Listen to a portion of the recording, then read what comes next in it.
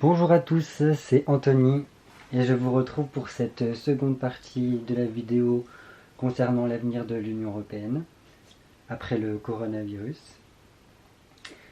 Nous sommes actuellement le 30 mars 2020. Comme complément, j'ai décidé de faire un tirage en pyramide. Je vous avoue que c'est un peu... ça se rapproche du premier tirage, mais en apportant quand même un peu plus d'informations. Comme vous avez pu le voir durant le tirage, il y a une carte qui a voulu venir en même temps alors que je ne l'avais pas choisie. J'ai décidé de la mettre de côté et de quand même la prendre en considération parce que c'est pas rien. Le valet de bâton à l'envers nous parle de mégalomanie, de mensonge, euh,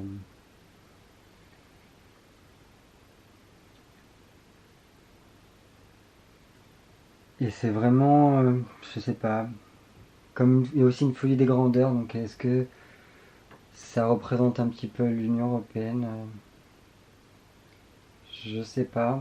Dans tous les cas,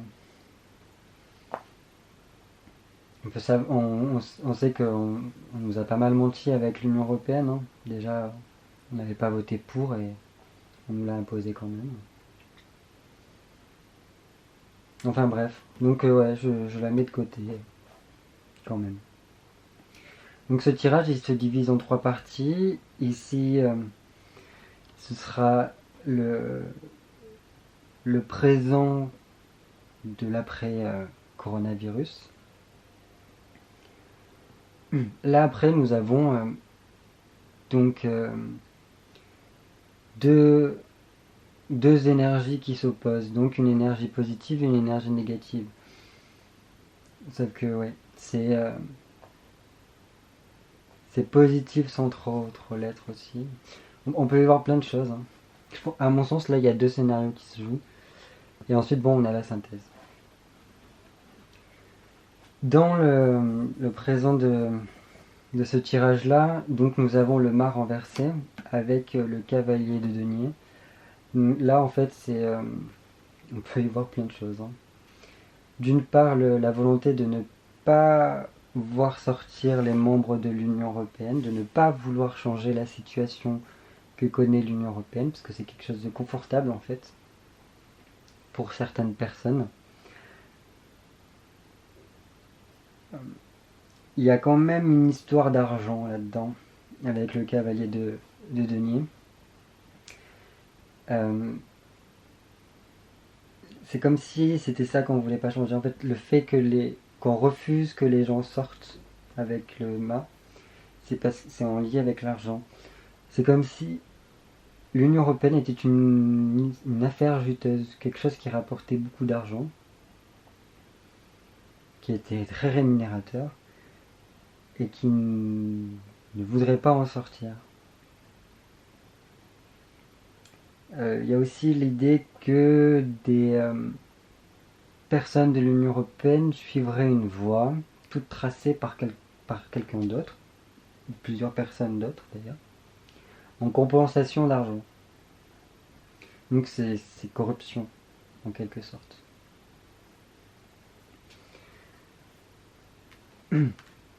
Voilà déjà ça. Après, donc avec la justice renversée et le cavalier de coupe renversé, là c'est vraiment des affaires conflictuelles, hein. Là on voit que la communication elle est vraiment tendue, que ça passe de moins en moins entre des États membres, entre eux et aussi entre les États membres et l'Union Européenne. Là on voit qu'il y a un déséquilibre total donc dans ces relations-là, qui peuvent mener à des procès par rapport aux excès qui ont été faits par l'Union Européenne, mais aussi par le manque d'organisation et le manque d'intervention de l'Union Européenne pendant le coronavirus. Ce qui me parle beaucoup par rapport à ça, parce que quand on regarde exactement comment se passe la pandémie du coronavirus, on voit que l'Union Européenne, en fait, elle est absente. Elle, je sais pas, on n'entend pas trop dire ce que fait l'Union européenne par rapport à ça. Chaque membre se débrouille dans son coin. Mais voilà, donc l'Union européenne, elle est quand on a besoin d'argent, pour faire vivre l'Union européenne, pour imposer des décrets, des lois qui ont été passées dans l'Union européenne, là, on est tous unis, tous dans le même panier, sauf quand il faut agir sur le terrain. Et je pense que c'est ça qui va être reproché, qui va peut-être mener à des procès, et des procès assez virulents, assez compliqués. C'est c'est vraiment tendu par rapport à ça. Ici, avec l'étoile renversée, c'est comme tout à l'heure, en fait. C'est vraiment là, l'Union européenne se retrouve en situation où elle ne peut pas faire face à de différentes situations. Je pense qu'il y a plein de situations en même temps qui vont se compiler, qui vont ralentir et compliquer son évolution future. Et donc, quand je parle de plusieurs situations dont elle ne pourra pas faire face, donc d'une part, ça serait donc ces procès-là euh, qui vont lui être faits, mais en même temps, pourquoi pas aussi un problème au niveau bancaire, au niveau de l'Union européenne. En fait, quand on regarde aussi les mensonges, je sais pas, c'est comme si, en fait, là, on avait aussi un écroulement de la Banque européenne, du système financier européen, mais qui était aussi un peu camouflé et qui en fait ressort à ce moment-là. Et ça ferait plusieurs facteurs qu'elle aurait du mal à faire face et que donc elle se retrouverait un peu désemparée à devoir lutter. Ça peut aussi nous parler ici de la lutte, donc des conflits qui s'intensifient un peu partout en Europe.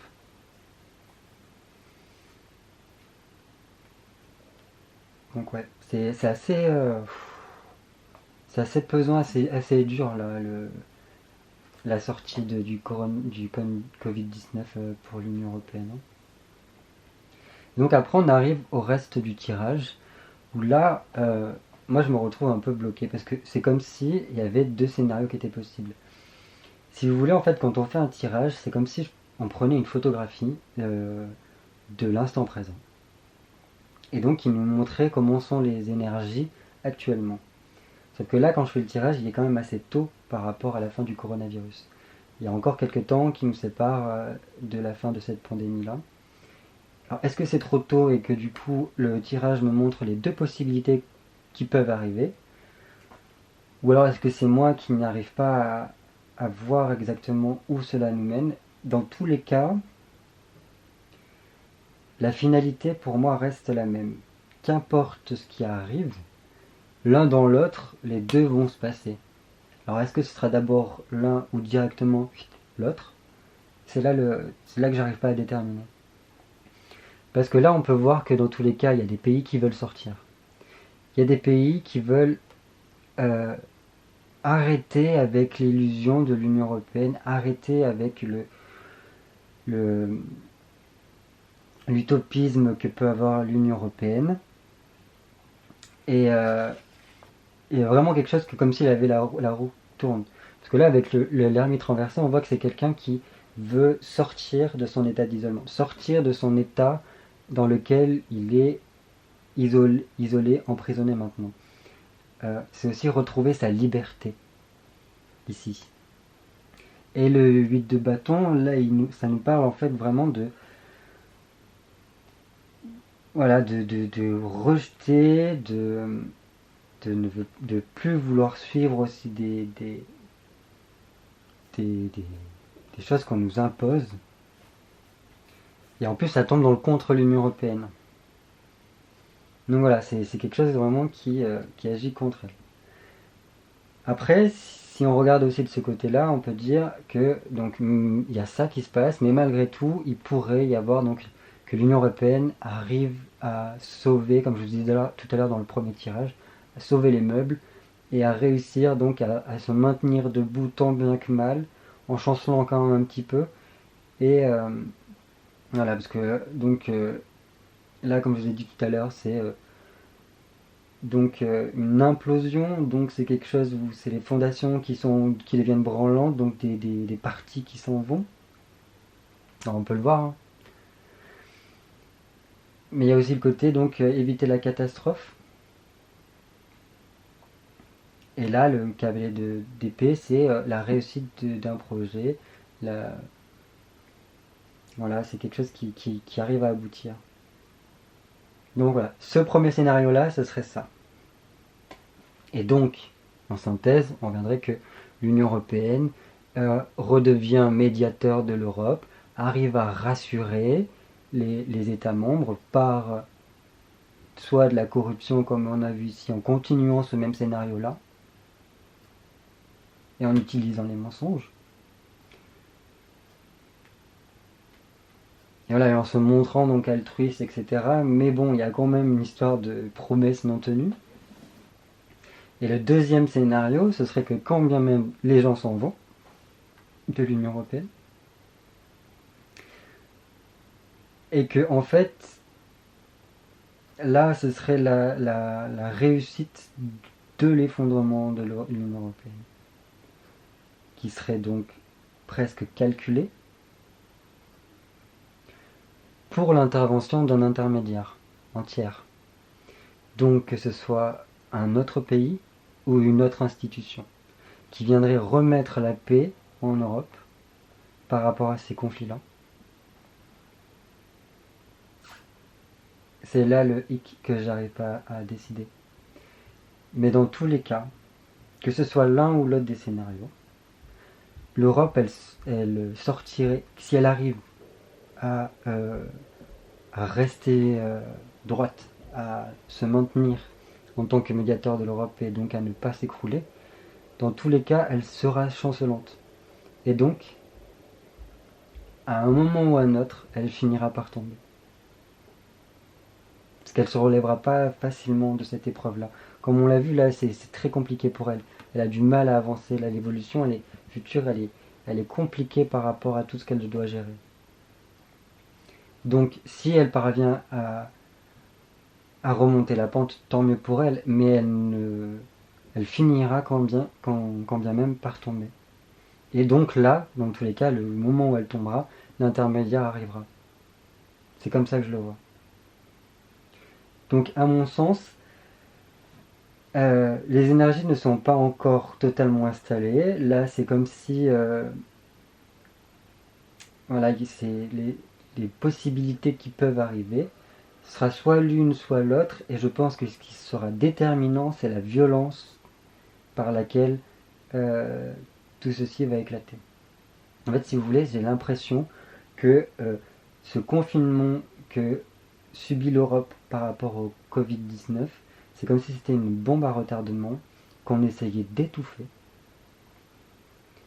et que le moment où ça va sortir, c'est soit ça passe comme une lettre à la poste, avec des mensonges, des choses pour tasser, avec de l'argent en jeu, etc. Et donc l'Europe arrive quand bien même à se maintenir. Soit vraiment ça explose et là il y a beaucoup de violence et de conflits, de luttes qui entrent en jeu, que ce soit par rapport à une faillite bancaire et des conflits entre les États membres et les États membres et l'Union européenne, qui fait que là ça explose vraiment, mais avec de la violence comme on n'en a pas vu depuis longtemps. Et donc là, l'Union européenne s'effondre, et c'est donc un intermédiaire, je verrais plus une institution qui arrive et qui remet de l'ordre en Europe. C'est c'est pas très gai hein, comme tirage, en tout cas il y a plus favorable. J'ai fait des tirages beaucoup plus joyeux et encourageants que ça, mais là l'Union Européenne, je vois pas. Entre les deux tirages que j'ai fait, ça semble pas très bon pour elle. Dans tous les cas, comme je vous ai dit dans le premier tirage, il y a beaucoup de changements qui doivent arriver. Il y a la fin d'un quelque chose de. Il y a la fin de, d'un événement pour aller vers un autre. Il y a tourner la page arrêter avec le passé pour aller de l'avant. Il y a de la sortie, on voit des gens qui sortent dans le premier tirage, on en voit ici qui sortent également, qui veulent retrouver leur liberté en tout cas, et rompre avec l'Union Européenne, ici. L'Union Européenne qui essaye de les retenir. Et toujours cet aspect implosion. Enfin, en plus là on peut vraiment voir que les tirages quand même se font écho. Hein. Mais voilà, donc franchement après, advienne que pourra pour l'Union Européenne. Ça après moi ça m'importe peu, je reste quand même un spectateur neutre par rapport à tout ça.